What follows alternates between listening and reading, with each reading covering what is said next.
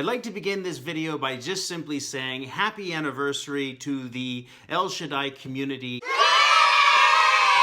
After celebrating 16 years of community and fellowship. It is definitely something that you should be proud of, and this video is a result of an invitation on the part of your leadership to offer a 10 to 15 minute talk. Now, the purpose of the talk was to offer the question, to answer the question, or at least address the question that I had seen on the screen in front of here. The question is Jesus says to us, "I will not leave you orphaned."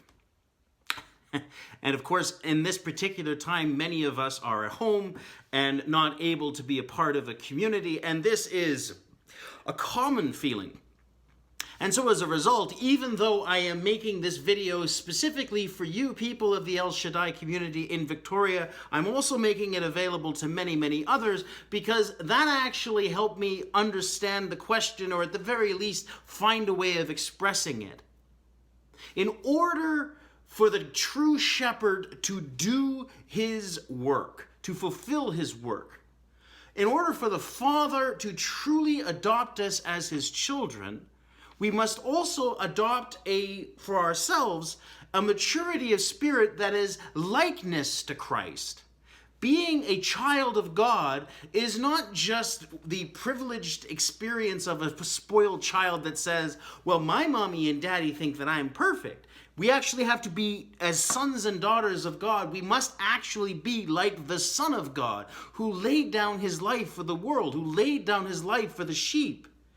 And so for us to truly be his children, this is what we are required to do, which then also means that we must be prepared to leave the confines of our community, or the confines of what makes us feel safe and at home, and be propelled in a brand new mission. Because the Son of God, and this is central to our faith, the Son of God, although equal to the Father, and has heaven as his true home, leaves that in order to call back his wayward sheep. That's what we're meant to be. And so when Jesus says to us, "I will not leave you orphaned," he says that in the context of the Last Supper, "I will not leave you orphaned." But those are quite literally described as his farewell discourses. That even when he's leaving the disciples, what he's actually calling them to do is to be like him, not just in feeling, but in will, in a choice that they make. I want to be a disciple.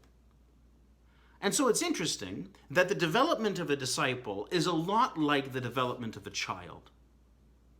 When a child is first born, before the child is born, when the child is in the womb, the child is under the protective care of the mother and the father and the larger community.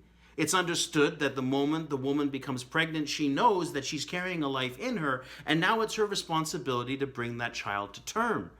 That also then results in lifestyle changes. The parent then realizes, well, if I'm drinking a lot, then I got to stop doing that, and I need to be able to eat right, and maybe get some appropriate exercise, but not too much exercise, lest I cause the child any damage. But at the same time, I might actually have to start withdrawing from all the different things that I had been doing before. I have to start thinking more strategically about my time, and then all of that happens before the child is born.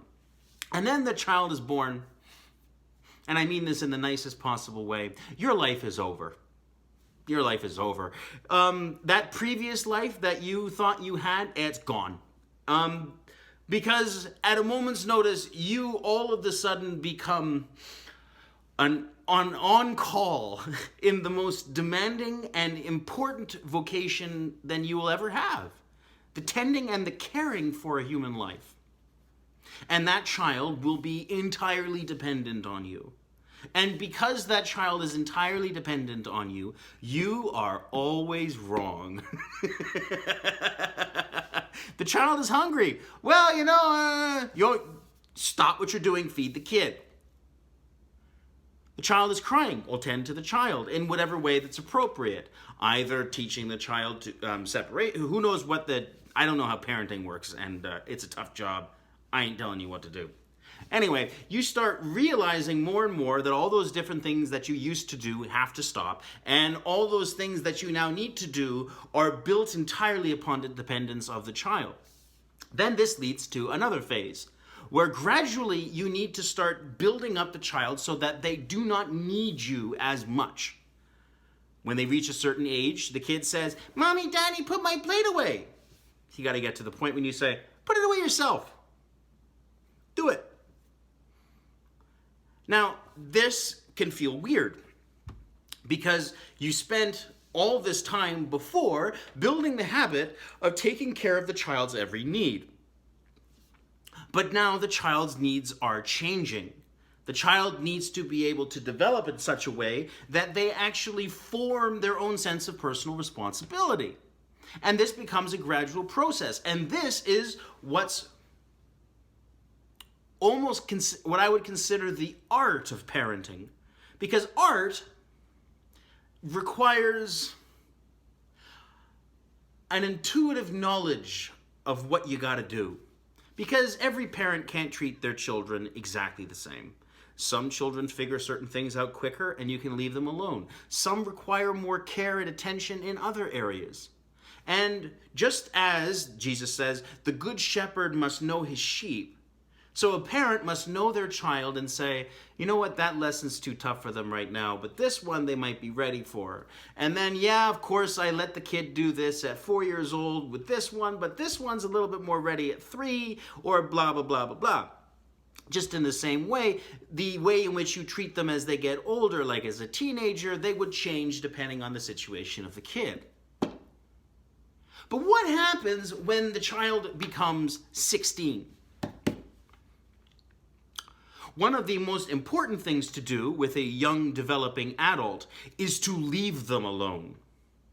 Let them figure things out. And this is really important, and you should be practicing this as the child develops. You should also let them fail. You should also let them fail. Not simply that they learn how to fail, but that you also learn how to embrace them as they fail. Because one of the most important lessons that you will ever teach a child is not how to always be successful, but how to be able to ask for help or healing when they make a mistake. If a child is always afraid of you, when they make a mistake, they will either do two things. They will never tell you, or they will never do anything. But if you spend enough time encouraging them to be able to try something, to be willing to make a mistake, and then to try again, then one of the most important skills starts to develop. And then sadly, at the exact same time as the kid becomes a teenager, one of the most horrible things happens to a parent. The child doesn't want to be around you anymore. Parents, I'm pretty sure you've encountered this from time to time when you try to kiss your kid and you try to kiss your kid in public, and then all of a sudden it's like, "Mom, stop it, stop it, stop it, leave me alone." And you're like, "No, I just want to love you." And then the kid's like, "But stop in front of my friends." It's just, still fun for anybody, especially for the kid.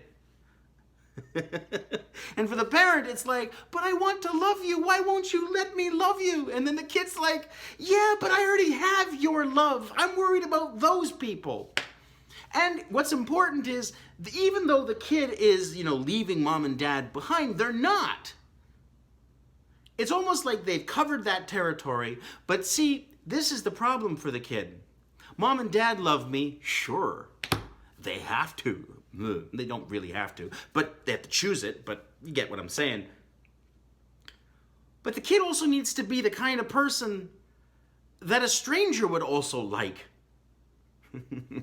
One of my favorite cartoons is growing up, it was The Simpsons, and there was this line from Milhouse Van Houten when he just says, "But my mom says I'm cool." It's like, well, that doesn't mean very much. Of course your mom thinks you're cool. Until she doesn't. But what I'm trying to get at is this. The mom has to let the kid do his own thing. And to be able to, in a sense, earn the respect of his peers. Because his parents are there to form him in that unconditional love. But forming character requires somebody to be able to look at you and say, "Yeah." Parents, you can see how this works. If you use this kind of mental device. Moms, about your sons. Would you want to date a boy that's like your son when you were his age? Dads, would you like to date a girl that was like your daughter when you were her age? Similarly, if not, he doesn't know how to clean up after himself. He doesn't know how to speak in public. He doesn't know how to do any of these things without me, rubbing it on his face. Maybe you're missing something. And you know what the most painful thing to do will be? Is suppressing, not repressing, but suppressing your desire to watch over them. You need to give them the space. They need to figure something out. Now, God in his infinite power, in theory, has the ability to make your life perfect and without difficulty. But what would you become if that happened? You'd be like a video game character, programmed, conditioned, being able to say, I'm happy, I'm happy, I'm happy. And I don't know about you, but I don't want that. I don't want that. That sounds like a prison. That sounds to me like a torture. If God gave us a will, freedom, a mind,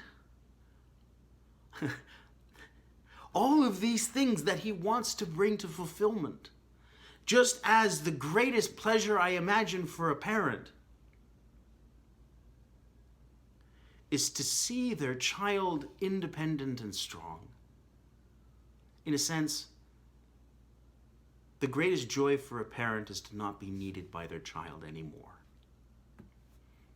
And that's why I, after some thought, decided to make this video primarily speaking to my friends in El Shaddai, but for the larger group. Because one of those painful things for a priest is the same thing. You want to work for the spiritual development of your people. But if they need you, right, this priest or, another guy, and if they can't feel close to God without that guy, they probably need to be separated. It's become unhealthy. It's become something even idolatrous. Because even if the priest is gone, Jesus is still with us. The sacraments, most especially. And even when we can't celebrate the sacraments, God still remains faithful to his covenant. He only wants the best effort out of us. And he needs to give us the space to be able to do what we can with what we have. And God won't look at us with anger and contempt for our failures. In fact, God won't criticize you for being unintelligent enough to understand something, because if he wanted you to simply be intelligent, he'd make you more intelligent. That's not the point. He wants to be able to build a relationship with you, so that you can be a free and mature disciple. So yeah, that will involve Jesus having to leave his disciples and say, the Holy Spirit will guide you, go. Because you can imagine Peter and James and John, all of them, when the church was beginning after Pentecost and they go out and preach to the world, you'd think that they would like to be able to have Jesus as the head of their subcommittee, telling them everything what to do. To be given all directions all the time. But then they wouldn't grow up. They wouldn't think. They wouldn't be mature. He has not left us orphans. He's doing what a good father does. He's challenging his children to be greater, to be like himself, who left home, left his father's side, to lift up the poor and to lift up the lowly. So if you want to be like him, go and do likewise.